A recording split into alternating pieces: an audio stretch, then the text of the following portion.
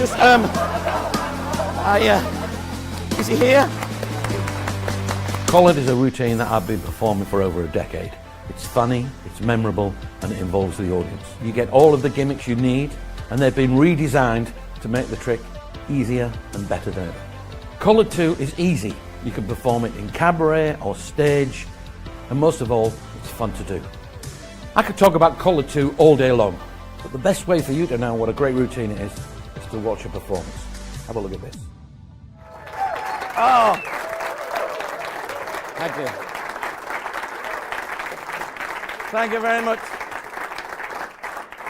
So nice to see you all here, so many wonderful, good-looking, handsome married men in the audience. And my name is John Archer. Good evening. I'm going to show you a little trick. I've been doing this for a long time now. I've been performing professionally for over 20 years. When I first started, I thought I want to get famous. I want to be famous, big and famous. And then I realized that was going to happen. It's not going to happen. And as I realized it wasn't going to happen, I also realized that it didn't matter, because I don't really do it for fame. I've noticed that now. I do it for this, indifference. And you do it very, very well. But I've been doing it for 20 years. When I first started doing it for 20 years, it was great fun. I enjoyed it. I'd sort of, it was new to me. I'd get in a car and I'd drive to a new place. I'd see new sights. I'd visit new towns. I'd perform to audiences. I'd do tricks I'd never done before, and it was fantastic. And then after about 10 years, I saw I was doing the same tricks and I'd seen everywhere before. And now I've been doing it for 20 years, and I've got to be honest, it's getting a little bit hard. Thank you. That's very L&L. And no, it is. You can cut that out. But no, it's got very, very difficult for me. It's not so much the travelling. It's not the gigs. I still enjoy all of that. To be honest, it's the loneliness. You've done it once. Don't do it again. And no, it's the loneliness. It's just travelling on my own. I mean, it sounds like a great job, but the truth is that, we're only on stage for a little bit, and the rest of the time, we're in a car, and I'm driving sometimes for 4, 5 hours to get to a gig, 4 or 5 hours home, and I thought, I've got to do something about this. I've got to talk about it. So I went, a couple of days ago, I went into my wife's bedroom, which is coincidentally right next to mine, and it's handy, and I went in and I said, look, we need to talk. She said, it's not Thursday. I said, I know, but we need to have a little chat. We need to discuss something. I've got a problem. She said, what's your problem? I said, I've got a problem with work. She said, what? I said, I'm starting to get a little bit lonely. She said, what do you mean lonely? She said, well, I'm in my car all on my own. She said, well, why don't you get yourself a little travelling companion? I thought, that's a good idea. I've got a girl in mind. She said, no. That's not what I mean. She said, get somebody to keep you company when you're travelling, like a little pet. I said, what do you mean? She said, get yourself a goldfish. Get yourself a little goldfish, put it in a bowl on the dashboard, and you can chat to it. I said, well, that's a good idea, but every time I go around a corner, there'll be water everywhere. She said, you're right, that's not one of my best ideas. Now, I didn't like to tell her that it actually was one of her best ideas. So,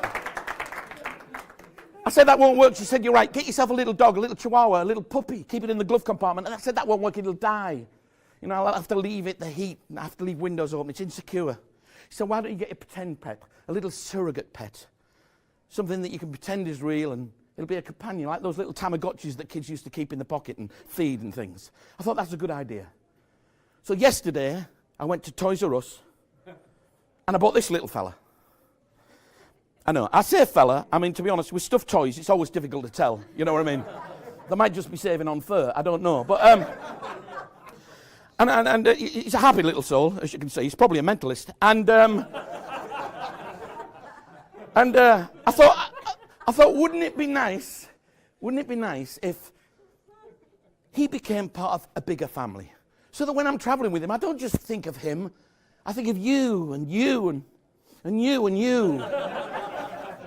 So what I've done is I've got this little idea in my head that what we could do is come up with a name for him.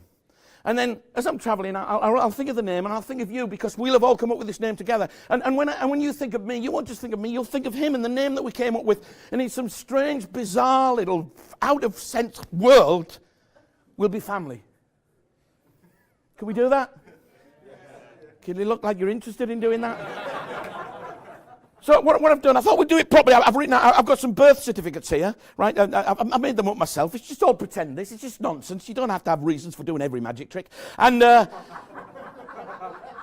it's from the Virtual Pet Society, you see. And I thought what we'll do is we'll come up with a little name for the dog here, and then we'll get somebody up to name the dog, and we'll have like a proper little ceremony. So it feels right. Now remember, do you mind just sort of patronising me with that for a little bit? Is that all right?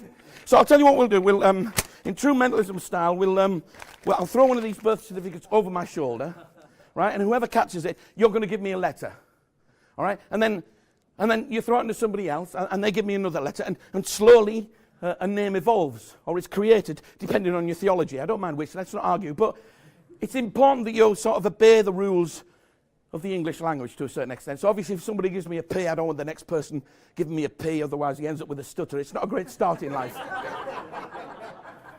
So and also, now and again we might need a few vowels to make it work, but you can choose any word you like. So we'll start somebody over here. Somebody catch. Excellent. What's your name, sir? Matt. Excellent. Matt, you're going to give me the first letter of this little fella's name. First letter. Now, what do you want the first letter to be? It can be anything at all. D. D. Excellent. That's good, because that's Trump out of the way. We're not going to end up with that dog. Okay. D. Excellent. D. Would you throw it to somebody else behind you or over there? It's entirely up to you. Dear me, slightly aggressive. Wonderful. Caught in the cleavage, madam. Well done. That's a skill that's not used enough, to be honest. I do it myself at parties. But what's your name? Lorna. Wonderful. Lorna, can you give me the second letter? We've got a D. We need a second letter for the little fella's name. What's the second letter going to be? A. A. Okay, that's good. It's a little bit ordinary at the moment. D-A. Okay, D-A. Wonderful. Would you throw it to somebody else? Anybody all that way or this way? Oh, we're sort of going across the room. Wonderful. In the gap, nobody wants it. Wonderful. What's your name? Mark. Excellent. Mark, what's the third letter of this fella's name? It's going to end up being Danny, isn't it? All right. All right. We've got to try and be creative. I don't want an ordinary name. I want an interesting name, like, Fifi Trixie Bell or something like that. No, but don't worry, it wasn't your fault, Mark. Throw it to somebody else. That way or that way? Excellent. Wonderful. What's your name? Harry. Harry. Oh, parents should have used this method for you, to be honest. You'd have had a slightly more exciting name, wouldn't you, Harry? So, Harry, we've got D-A-N. What do you want the fourth letter to be? Be creative. What do you want the fourth letter of the name to be? Dana. D-A-N. Yeah, right. Thanks, Harry. Very helpful. You wanted to throw somebody else that looks slightly more sensible than you, if you can find somebody? Excellent. Wonderful. That would have been a great catch there, wouldn't it, if you just held on to it. Oh, you're doing that little thing now. You don't know who it is. What's your name? Balash. Balash. Oh, your parents did use this system. That's good.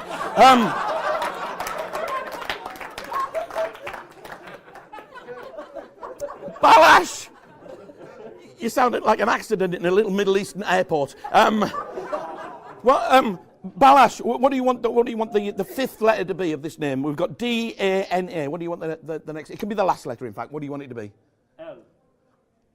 Danal. Sorry. Danal. That's wonderful. Okay, and so that's good. We've decided on the name of Danal. I think you'll agree that that's quite unique and random. Now what we need to do is we need somebody to come up and name. Oh, sorry, we need the date. What's the date today? 7th. It's the what? 7th of January. Wonderful. Okay, now I need somebody to come up and name little Danal for me. This lady here, what's your name? Sarah. Sarah, wonderful. Sarah, have you ever named a stuffed puppy before? Never. That's the right answer, to be honest. If you'd said yes, I'd be a little bit worried. Sarah, come on and join me. Give Sarah a big round of applause. Excellent. Sarah, just hang on to that. Sarah, here's what's going to happen. You're going to name the dog, all right? We're going to have a little name. Sarah, you're going to read out the certificate for me, okay? And they'll all sit up straight like it's a church service, okay? And then when you've named Donal, we'll have a few photographs, all right? Not everybody, just me and you. And then we're going to go outside, and I've got a little buffet organised, all right? So it's just a memorable little occasion. Do you mind me asking, are you left or right-handed? I'm left-handed. You're left-handed, excellent. Would you do me a favour? Would you just hang on to little Daniel under your right arm? That's wonderful. And if you could all sit up straight, please. It's like a religious... I would normally have an organist, but he's at the IBM convention at the moment. So, okay, Sarah, just nice and loud. Okay. I state Danelle. No. Name. Yeah, it's your name. I state name. I state. Are you married? Yes. Are you? Wow. Is he here? He's not in this room. No, of course not. Don't blame him. So, it's right. You look lovely though. You do. So when I state now, I don't want to explain it all, but it's my fault. Okay, so we'll try it again. No, we've got to get on, Sarah. Honestly, because we've got proper magicians doing tricks in a minute. So just in your own time. I state. No, Sarah. Sarah. Sarah. State name. State name. Lovely hair. Just. Maybe I'm too close. I'm putting you off. I'll just. You're a bit flustered. I can understand it. Just. Away you go, Sarah. Sarah. Yes! Oh, there's some big words coming up. This could be difficult. State of sound mind and body. Hereby. Yes. Declare that on this date, the 7th of January. Yes, that's it today. Yes, I wrote that. 2017. Yes. This cute stuffed puppy is officially and legally named Danelle. Thank you. Listen, Sarah, I'm going to let you keep that. You can be like the custodian of the birth certificate. If I never need a passport for him or anything, I'll come and get you. Now, I'm glad this has happened, Sarah, because when I bought him yesterday, I thought, they asked me to film this, but I know they'll have other more important magicians. They might not get a chance to do this with me, And I thought what I should do is just have a backup plan. And I wanted to treat him like a real dog. So I went next door to Toys R Us. There's a little shop called Pets R Us. And I bought him I want to treat him like a real dog. So I got him a little bowl for his food, a little bowl for his water, a lead and a collar, because I want to take him for walks, obviously. It'd be a drag, but I'll do it. So it'd be a drag. And I bought all that stuff. And when you bought a lead and collar, you'll never believe this, Sarah. When you bought a lead and collar, try and look excited. When you bought a lead and collar, you got a free name tag with free engraving. And I thought, what happens if we don't get a chance to do this tonight and he won't have a name? So I just got a random name inscribed upon that collar. Most people are ahead of me now, but you're not, are you? Sarah, would you read in a nice loud voice, what's the name that's inscribed on there? Danelle! Thank you very much. Give Sarah a big round of applause, ladies and gentlemen. Thank you, Sarah. You can have that. Thank you.